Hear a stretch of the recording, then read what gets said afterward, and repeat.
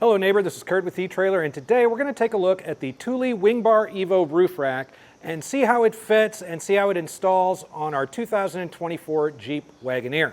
Now, a roof rack could be an excellent way to get some of that extra gear, extra equipment, just any of the extra stuff that you want to bring with you on some kind of a trip, and either it doesn't fit or you just don't want it riding in the vehicle with you. The roof rack would be one way to get that stuff transported. Another way would be through the hitch, either a trailer or some kind of a hitch cargo carrier accessory or cargo basket. The trouble with that would be that it just, on a vehicle as long as this, it just adds to that footprint, making it that much more difficult to find places to park and to maneuver it around on the road. Now, the Wagoneer is a tall vehicle, but most people are concerned less with, height clearance than they are with general length of the vehicle. So that's where the roof rack would come into play very, very nicely.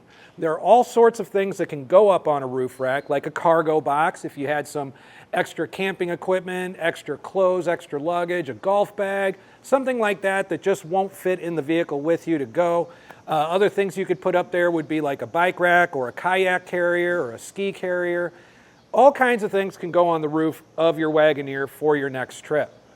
Now, this is an overhang set, which means the crossbars do come out past the towers. These have 53-inch bars. They don't leave a whole lot of overhang. So while it does provide more bar space than, say, a flush-mounted one would be, where the bar just ends in the tower, it's not so much the overhang that we could actually add a clamp mount accessory to the outside of this tower. There's really just no room between the end cap and where the tower starts. It does have a T-track system in it, and the thing I really like about the Thule Evo is that you could simply swivel up your end cap rather than remove it in order to get access to that T-track. Now, we mentioned T-track and clamp-mounted accessories. You do have a 165-pound weight capacity on these bars. However, you always want to double-check your owner's manual to see what the rooftop capacity is of the Wagoneer. Whichever number is lower is the number that you're going to have to be limited by. One of the most important measurements you could take with a roof rack is your crossbar spread, meaning the distance between the two bars. And this is really important to understand because any kind of rooftop accessories are going to require a minimum and a maximum spread. So if we measure from the center of our front bar to the center of our back bar, we're just a hair over 29.5 inches. And I think that's a great window to be in. Most rooftop accessories aim for between 26 and 34 inches. So I don't think that there's a whole lot out there that I won't be able to do with this. The other thing that we want to measure is just how much height is this going to add to the vehicle. We are going to be right at approximately 5 inches from the center of our roof up to the top of our bar. So if you're looking for rooftop clearance, if you have some low-hanging areas that you're concerned with, whatever accessory you're putting up here, add 5 inches to that height and you will get your total vehicle height. We're also going to measure underneath the bar, which is going to come to 3 3/4 inches. 3 3/4 inches is more than enough clearance under here that I know that pretty much any clamp-mounted accessory I put up here is definitely going to have enough room under here to reach around and grab. Now, we are unable to move our positions on these bars. They are in fixed mounting points, so we're not going to be able to create a larger or smaller spread with these, but installation is actually really, really simple. So stick around and I'll show you exactly how we got these up on our Wagoneer. So the first step of our installation is going to be to install our mounting brackets onto our flush rails. There are 3 fixed points that those can go in. There's a set all the way to the rear, one in the middle that's right above the door seam to our second row, and one toward the front of our second row here. For a roof rack on the Wagoneer, we're going to use the first 2 sets, so the very front and the middle set, and we're going to locate them right here underneath these trim plugs. So if you have a trim tool, that's great. These are available at any kind of hardware or auto parts store. They're really not expensive at all, kind of a handy thing to have. But if you don't feel like going out and getting one, if you don't have one already, a flathead screwdriver will do the trick as well. We're just going to get this under the edge and remove our plugs. And underneath here, we're going to find some threaded bolt holes that these are going to fit into perfectly. So at this point, we'll take our bracket. It does have this kind of L shape to it. We want to make sure that our rail ends up under this bit here. So we're just going to put it right on up to that bolt hole. And I'm going to start just kind of starting these bolts by hand. Now, the bolt holes in the bracket are an ovular shape, so they could be shifted a little bit further and back, further up and further back. On this second crossbar that I'm putting in now, I'm going to set them all the way back as far as I can. On the front crossbar, we're setting them all the way forward. This is just to make sure that we get the maximum crossbar spread that we're allowed to, because with fixed mounting points like this, we're not going to be able to change how far or how close apart our bars are. And once we get these, hand threaded in to be fitting pretty snug, make sure I move the bracket all the way to the back before completely tightening it down. It is a little bit of a close fit up here. You do have the provided L tool, but I think it's a good idea to get them hand tightened as much as you can first. That way you don't have to fight with the rotation on this all the time. So when constructing our towers, our parts are actually labeled for us in the order which they go on. So thank you, Thule, for that. We're going to see these parts marked A, B, and C.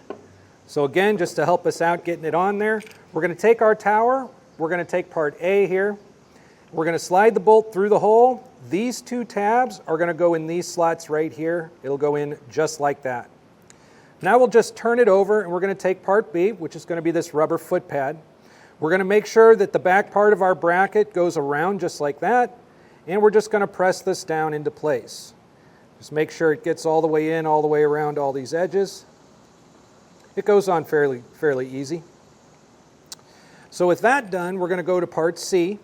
Part C, we're going to use this slot here at the top, slip it through that top part of the A bracket, or the A part, and we're going to have our bolt right there, at which point we're going to take this kind of specific nut, and this is going to go in its place. We're just going to thread it on very, very lightly. As we get this up there, as this tightens down, it's going to simultaneously tighten our clamp down to our mounting bracket while also tightening our crossbar down in place through that piece there.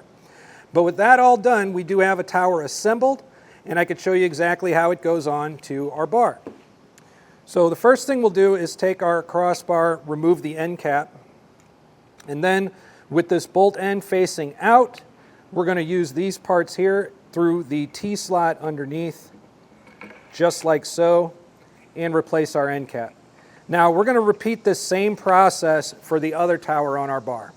We've got both of our towers attached to our crossbar, and we can get them up here and onto our mounting brackets. So I'm just going to kind of gently lay this on here, try to make sure the outside of that clamp goes on the outside of the bracket. And I'm going to do the same over on this side here. Just kind of making sure everything gets seated nicely and that my bracket does end up getting gripped by our clamps. So I want to make sure both in the front and in the back it's in the proper slot. It's also going to seat itself fairly nicely. The rubber footing going around the rail. So now I have the back part of our clamp in our bracket. The front part of our clamp is around the lip of our bracket. I'm going to do the same thing over on the driver's side, and then we'll start tightening it down. So I've got our clamps hand tightened down. I just got them to where they're snug because I still want to be able to maneuver this bar a little bit. So what I'm going to do now is I'm going to take my measuring tape and I'm going to kind of measure the overhang on each side. I want it to match this side to the other side. That way we'll have even distribution of the bar, and once I have that, we'll come back to getting everything tightened down completely. With my overhang equal on both sides, I could go ahead and take the provided Thule tool, and we're going to use that in our bolt here to get it tightened all the way down. Now this is a torquing tool, so when you get it tight enough, we're going to hear a loud pop, just like that. That means that we've got it tightened down completely, and we're going to do the same thing on the passenger side. The last step to our installation is going to be to put on our tower covers. Now, before I do want to make note that when you purchase this kit, it's going to come with these plastic lock cores. And these can be opened and closed using either your trim tool or like a flathead screwdriver. However, for the security of your crossbars along with any accessories you have up there with them, I would actually suggest that you get these swapped out for some metal key cores. Thule has what's called the one key system, which is going to allow you to buy several different locks, all keyed alike. You can get one for each of your towers and maybe a few extra for some of your Thule accessories. That way, all of the things that you have for Thule can use the same key. It's just going to help you out with your organization and everything else. But this is going to end up going just right over it, snap on. We're going to twist our lock shut. And now it's on there. We're ready to load it up and head out on our adventure. Now, I had mentioned earlier that the Wagoneer is a pretty tall vehicle. So there is an accessory that I always suggest when you're using a roof rack on a vehicle like this, and that would be the Moki doorstep. Very simple concept. It just deploys this rubber padded hook that's going to go inside of our door latch loop right here. And this is going to create a 400-pound capacity platform just to let us get up a little bit higher in there. The running board, really too low to mess with anything. The door threshold, I could probably maneuver some stuff up here, but if I had a rooftop cargo box, I probably wouldn't be able to see inside of it. If I needed something out of there, I'd be feeling around blind. If I can get up to this level here, I can reach all the way in, maneuver what I need to, get out, take in, pack, whatever I want, and all of that in this convenient little step that's actually going to fold up and store very, very easily. Folds up just that small, could go right inside your door just like that and be kept there for the next time that you need it.